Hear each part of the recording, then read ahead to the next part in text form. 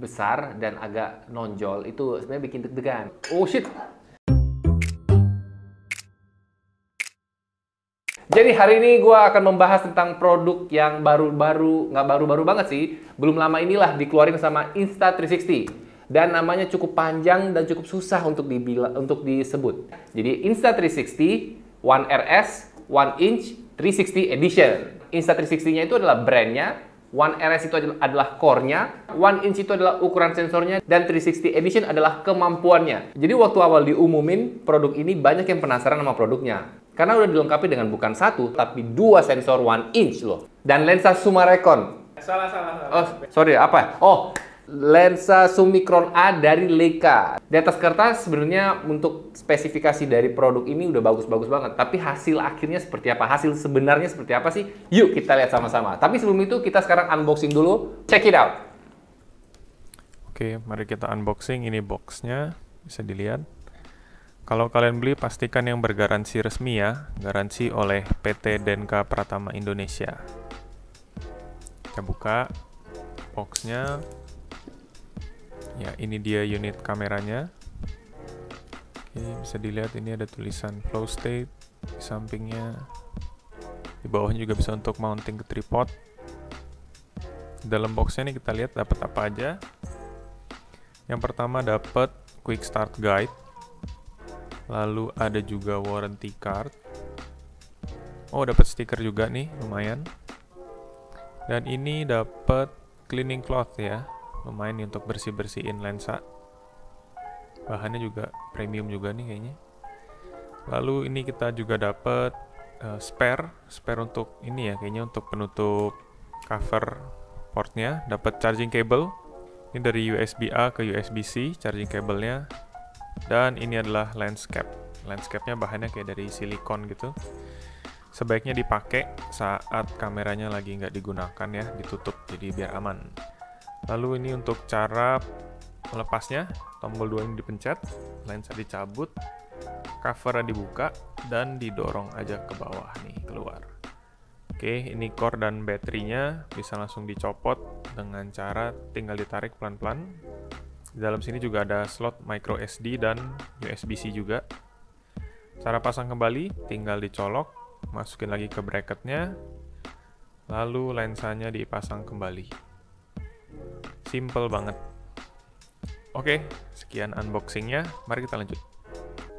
Oke, selanjutnya dari segi fisiknya nih. Kalau kita bisa lihat dari Insta360, itu kamera ini kan punya ciri khas. Dan ciri khasnya itu bisa dibongkar pasang. Nah, di sini ada 3 komponen utama. Dari sisi atasnya deh kita mulai. Ada lensanya yang sudah merupakan lensa Leica. Bisa dilihat lensanya itu lensa 360 yang cukup gede.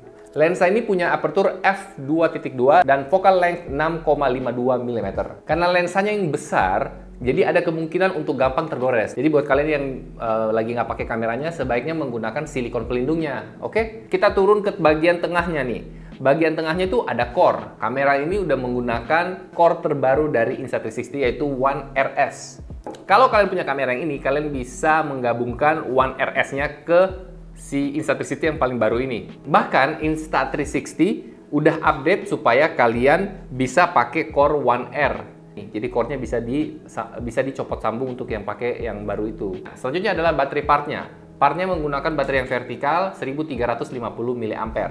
Waktu chargingnya sekitar 70-90 menit. Dan pengalaman kita pakainya dari full hingga setengah itu menghabiskan waktu kurang lebih sekitar 20 menit dengan resolusi 6K. Oke, jadi untuk segi beratnya, untuk Insta360 One Inch ini dia lebih berat dibandingkan dengan yang One RS Twin atau dengan saudara-saudara yang lainnya. Kalau misalnya kalian cuma pegang kameranya tanpa menggunakan tongsis atau tanpa menggunakan stick, itu masih nggak bikin pegel. Tapi kalau misalnya kalian udah pakai sticknya, itu lama-kelamaan tangan kalian akan terasa pegel. Bracketnya itu terasa solid dan kalau di grip rasanya enak. Kalian yang mau pakai lens One Inch 360-nya itu mesti wajib menggunakan bracketnya. Ada kekurangan sedikit, yaitu untuk akses SD card. dimana kita harus bongkar dulu kameranya. Jadi agak cukup merepotkan. Dan sayang sekali ini belum waterproof, tapi dia udah water resistant. Artinya kalau dia nggak waterproof, kalian nggak bisa pakai untuk berenang. Padahal keren banget kalau bisa dipakai buat berenang. Oke, untuk videonya itu udah support 6K 30 fps. Detailnya untuk kondisi ruangan yang terang atau untuk di outdoor itu terang udah bagus banget. Detailnya udah terlihat tajam di bagian tengah. Buat kalian yang mau merekam, kalian mesti pinter-pinter ngatur posisi supaya objek yang kalian rekam itu nggak masuk ke area stitching. Area stitchingnya itu merupakan perbatasannya. Jadi bayangkan kameranya itu 360, bulat. Nah, dia bisa ngelihat objeknya itu ya berarti depan belakang istilahnya. Kalau sampingnya ini perbatasannya jadi susah untuk dilihat. Jadi misalnya kalian mau ngerekam di sini, posisi yang di sini ya kalian sebaiknya arahkan 360-nya itu ke objeknya itu. Nah, ini nih ada flow state stabilization yang dimana udah sangat bagus. Ditambah lagi ada horizon lock. Overall untuk stabilizernya udah sangat stabil dan mulus. Untuk performa low light-nya ini bisa gue bilang ini one of the best di kategori produk action cam. Thanks to the 1-inch sensor. Detail footage-nya masih tetap terjaga dan noise-nya tidak terlalu terlihat. Tes mic, ini tes audio dari Insta360 1-inch 360 edition. Ini suara dari mic bawaan tanpa ada tambahan mic lain. Ini suaranya ya bisa didengar. Pak, ya mari. Kamera ini sudah bisa 360 foto dan resolusinya udah 21 megapiksel. Terus buat hasilnya itu bisa dalam format DNG atau JPEG plus RAW. Jadi tinggal kalian aja bebas milihnya mana. Pilihan foto HDR juga tersedia. Bisa pilih dari 3 shot sampai 9 shot dengan perbedaan 1 EV. Nah, secara overall kalau kalian lagi foto nih membutuhkan waktu kurang lebih 2-3 detik buat loading gitu. Jadi kalau kalian nggak sabar ada solusi lainnya. Kalian tinggal screenshot aja dari video footage kalian. Selanjutnya untuk yang softwarenya. Softwarenya itu merupakan yang paling banyak improvement. Aplikasi Insta360 di HP sekarang terasa lebih user-friendly. Live previewnya saat terhubung ke kameranya juga udah lebih smooth, walaupun resolusinya lebih rendah. Jadi ini cukup membantu buat kita saat sedang syuting. Ditambah juga sekarang udah bisa edit on the fly, tanpa harus di-download ke HP terlebih dahulu. Software di desktop Insta360 Studio juga dibutuhkan untuk edit-edit file 360 kalian yang formatnya .insp atau kalian bisa menggunakan plugin saat mengedit melalui Adobe Premiere Pro. Kalian bisa pakai untuk atur keyframe angle, FOV atau field of view, atur stitching, tracking, dan masih banyak lagi. Nah, beberapa fitur yang mau kita highlight di sini adalah Smart Tracking yang bisa terus ikutin subjek saat mereka sedang bergerak. Ada juga Color Plus di mana Insta360 akan menganalisa foto atau video dan akan diproses sehingga hasilnya kelihatan lebih pop atau lebih cerah. Oke, overall berarti Insta360 ngelanjutin nih tradisi-tradisinya. Mereka bikin kamera yang fun, unik, yang bisa cepat sambung kan, dan dengan hasil foto dan video yang memuaskan. Berkat dual sensor 1-inch ini, yang mungkin menjadi faktor utama lu orang beli produk ini.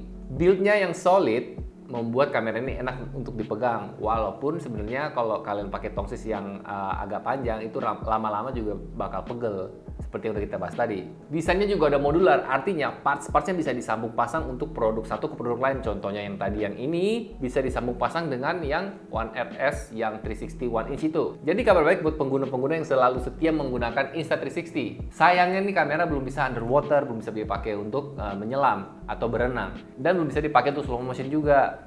Karena frame rate-nya maksimal sampai 50 fps. Resolusinya cuma 3K atau 3K. Melihat bentuk lensanya yang besar dan agak nonjol itu sebenarnya bikin deg-degan. Karena berarti kamera ini nggak bisa terlalu dipakai untuk aktivitas yang ekstrim. Jadi menurut kami kamera ini sebenarnya nggak cocok-cocok banget juga untuk dipakai untuk action cam. Karena tetap harus hati-hati banget pakai produk ini. Oke, poin terakhir adalah soal harganya. Kamera ini bagus dan dibanderol dengan harga $800 USD di US. Nah, kalau masuk ke Indonesia itu udah tinggal lu kali deh dengan kurs yang sekarang. Itu harganya menyentuh belasan juta rupiah dan bikin kita gigit jari. Oke, jadi itu aja dari gua. Jangan lupa untuk komen, like, dan subscribe. Terima kasih udah menonton Geeky Hub. Bye!